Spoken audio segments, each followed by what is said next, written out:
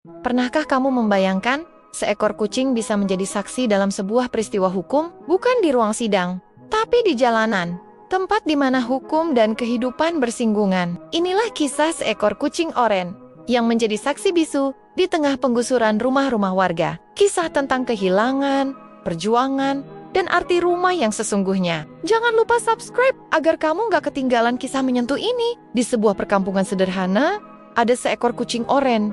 Namanya dipanggil si Oren oleh anak-anak kecil. Oren hidup damai, berpindah dari satu rumah ke rumah lain. Kadang ia tidur di teras Pak Udin, kadang di pangkuan Ibu Rina. Kadang ia bermain dengan anak-anak, berlari di jalan kecil. Oren merasa kampung itu adalah rumahnya. Bukan hanya satu orang majikan, tapi seluruh warga. Setiap hari, ia selalu mendapat sisa nasi, ikan kecil, atau hanya dielus kepala. Hidupnya sederhana, tapi penuh kasih. Bagi Oren, itu sudah lebih dari cukup. Namun suatu hari, suasana berubah. Datang kabar bahwa kampung itu akan digusur. Sebuah proyek besar membutuhkan tanah tempat warga tinggal. Warga panik, bingung dan marah. Ada yang berusaha melawan, ada yang hanya bisa menangis. Di tengah semua itu, Oren hanya duduk di teras, menatap wajah manusia yang ia sayangi. Ia tidak mengerti apa itu putusan pengadilan, tapi ia merasakan kegelisahan di udara. Dan malam itu, Oren mendengar suara tangisan pertama, tangisan seorang anak yang takut kehilangan rumahnya. Oren mendekat, duduk di samping anak itu. Dengan cara sederhana, ia mencoba menenangkan. Pagi itu, truk besar datang.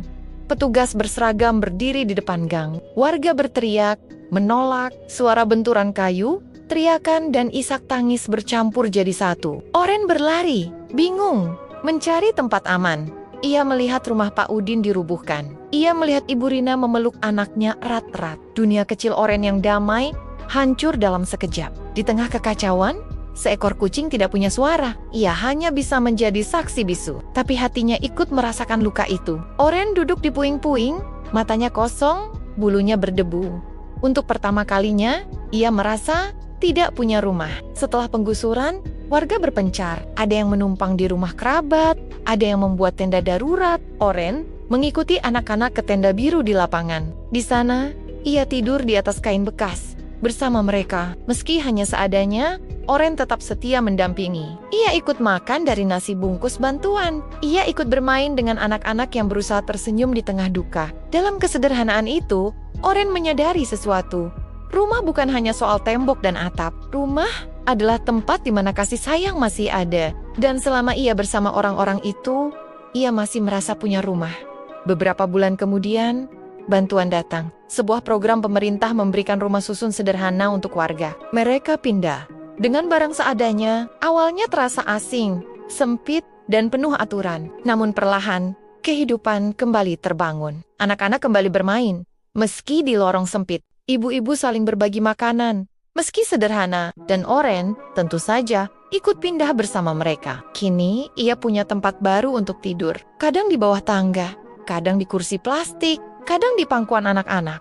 Matanya kembali berbinar. Ia sadar, rumah bukanlah tempat yang permanen, tapi cinta dari orang-orang di dalamnya. Kucing Oren ini hanyalah saksi bisu sebuah peristiwa hukum. Ia tidak mengerti bahasa putusan, tidak tahu apa itu sengketa tanah. Tapi ia mengerti satu hal, kehilangan dan harapan. Kisahnya mengingatkan kita bahwa setiap keputusan hukum selalu menyentuh kehidupan nyata. Bukan hanya bangunan yang hilang, tapi juga kenangan dan rasa aman. Dan meski rumah bisa hilang, kasih sayang tidak pernah benar-benar musnah. Terima kasih sudah mendengarkan kisah ini. Jangan lupa klik like, komen, dan subscribe, agar semakin banyak orang yang tahu bahwa bahkan seekor kucing pun bisa mengajarkan arti rumah.